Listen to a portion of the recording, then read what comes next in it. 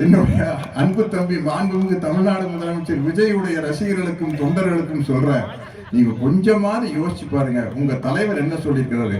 எங்களுடைய கொள்கை தலைவர் பெரியார் அம்பேத்கர்னு சொல்லியிருக்காரு இல்லையா?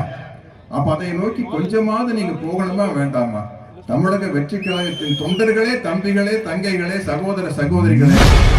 திமுக மேடையில் பேசிய நடிகர் சத்யராஜ் முதலில் விஜயின் ரசிகர்கள் அவரை பின்தொடர வேண்டும் என கோரிக்கை வைத்துள்ளார். வெறுப்பு பாராட்டல, எதிரியா நினைக்கல.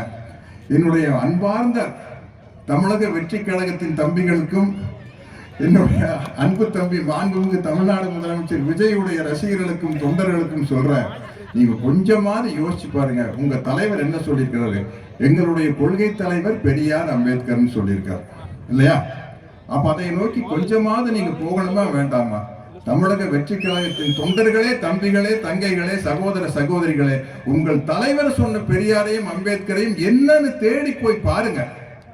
திராவிடமும் தமிழ் தேசியம் எனக்கு இரண்டு கண்கள்னு பேசியிருக்காரு. நாங்க பேசல, கோவை ராமகிருஷ்ணன் பேசல. உங்க தலைவர் மாண்புமிகு தமிழ்நாடு முதலமைச்சர் விஜய் அவர்கள் பேசியிருக்காரு. அதை தேடி போய் பாருங்களேன். அதுதானே முக்கியம். நாங்க அதை பண்ணோம். நான் தீவிரமான எம்ஜிஆர் ரசிகர் தான், தீவிரமான எம்ஜிஆர் ரசிகர். ஆனா நான் தேடி போய் படிச்சேன். என்னடா வாத்தியார் எல்லா படத்துலயும் அண்ணா அண்ணா அண்ணாங்கிறாரு. போய் தேடி போய் பார்த்தேன். ஒரு டூயட் வர்றதுக்கு முன்னாடி அவர் முரசொலி படிச்சுட்டு இருப்பாரு. அடுத்த காட்சி அவரும் சரோஜாதேவி மேடமும் டூயட் பாட போறாங்க.